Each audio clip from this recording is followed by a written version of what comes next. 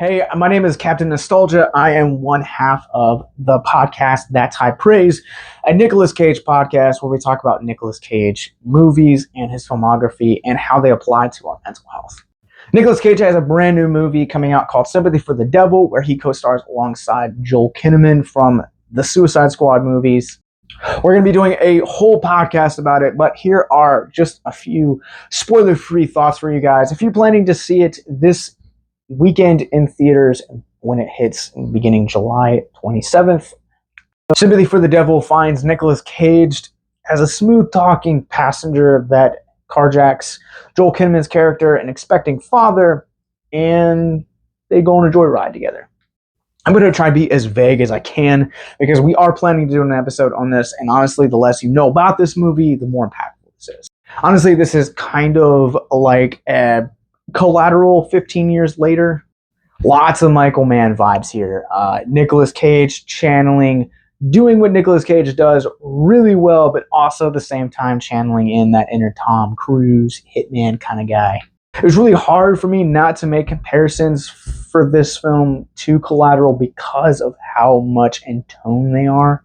So stylistically, Kinnaman also feels like Jamie Foxx's character from Collateral. Even the way that he has glasses and then by the end of the movie he doesn't. And whether or not Fox actually loses his glasses, it's been a long time since I've seen Collateral, but this one just reminded me so yearly of it. Pacing in this movie is really excellent. The tone of this movie just is really satisfying. It has a really dark, gritty vibe to it with the cinematography. Stephen Halloran does a great job kind of making this feel like a moody 90s action thriller. Adler is the cinematographer on this one, by the way.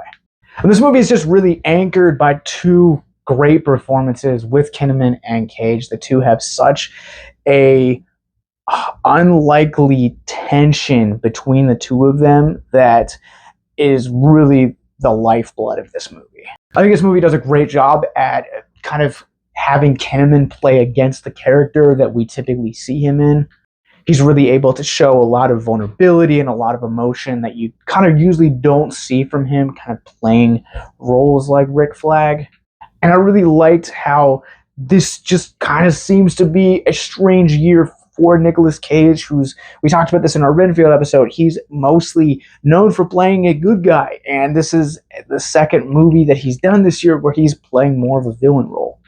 Nicolas Cage does what Nicolas Cage does best in this movie and is just an absolute tour de force in this film, not only being really sinister, there are really chilling scenes in here where the hairs on the back of my neck stood up just by his performance in this.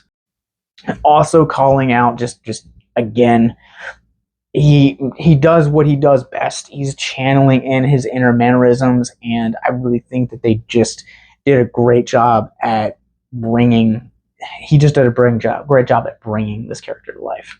By a script from Luke Paradise. Luke Paradise does a great job at really kind of balancing the turmoil of a father to be in crisis, but also at the same time the insanity of Cage's performance and how the two are mysteriously intertwined. What I'm really going to say about this movie up to this point, I'm going to go ahead and give it a 4 out of 5. You guys can find and hear my full thoughts on why I think this movie is worthy of high praise and the mental health aspects that this film brought out with these two character journeys when our podcast drops a full-length version of this episode and spoiler-filled discussion. Sympathy for the Devil is in theaters beginning July 27th from RLG Films. And until next time, keep on caging.